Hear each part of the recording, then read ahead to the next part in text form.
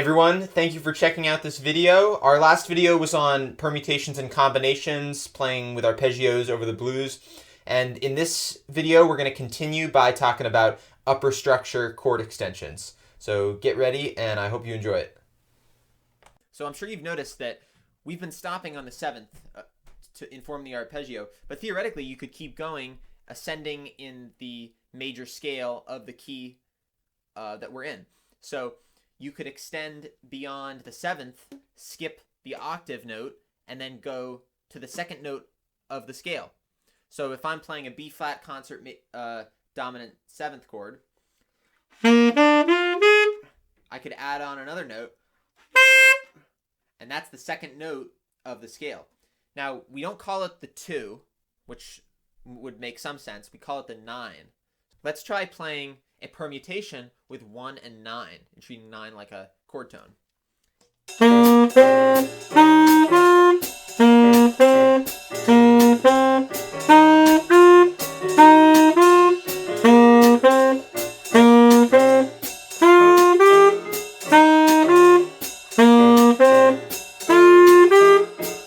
And then you could, of course, play the opposite permutation and then improvise with the combination.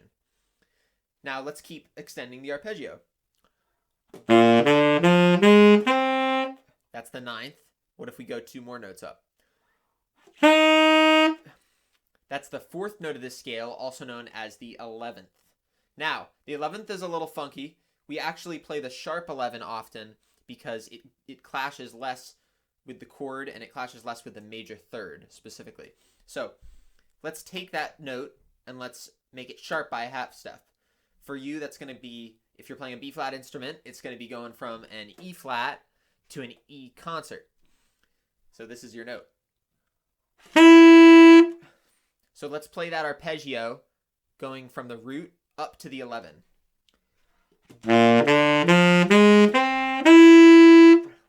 11th is a little bit more difficult to play even permutations with, especially since it's sharp. So go really slow with that one. And let's try playing a permutation over the blues with root to sharp 11.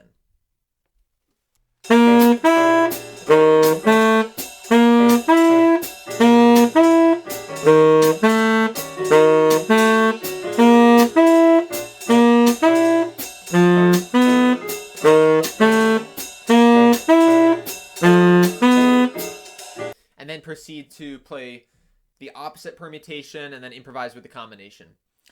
Lastly, we have the 13, which is, as you can imagine, 2 notes above the 11. That's the same as the 6th note of the scale.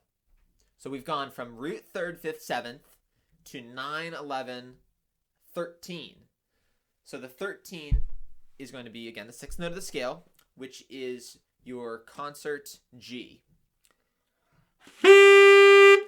If you're playing a B flat instrument, it's my A. But let's try doing the same thing with playing the permutations.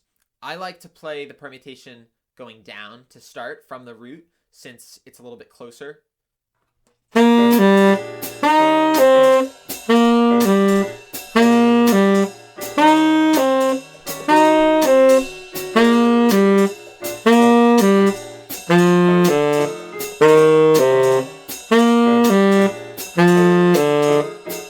Just like the other ones, improvise with the combination of the 2 notes.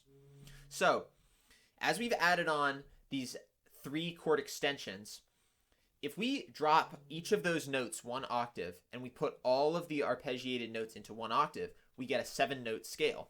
Here's what it sounds like.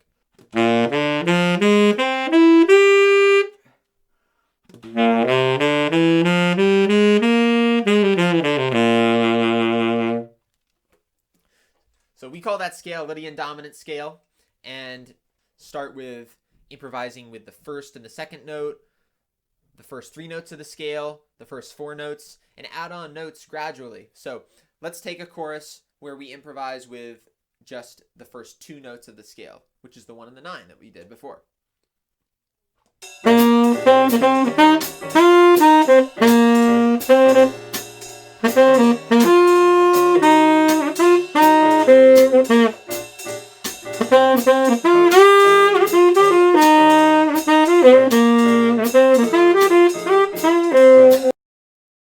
Now let's just try the first three notes of the scale.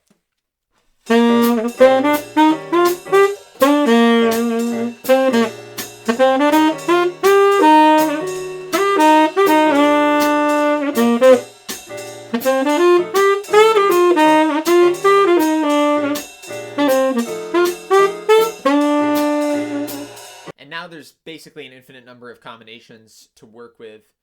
You know, some people, you can roll a die for each chord tone, or you can pick numbers out of a hat. That's fun. Just try to come up with a fun way to practice this so that it's kind of random and you're doing something, you're practicing with different chord tones every time. Let's try playing Sunny Moon for 2, and let's play the melody.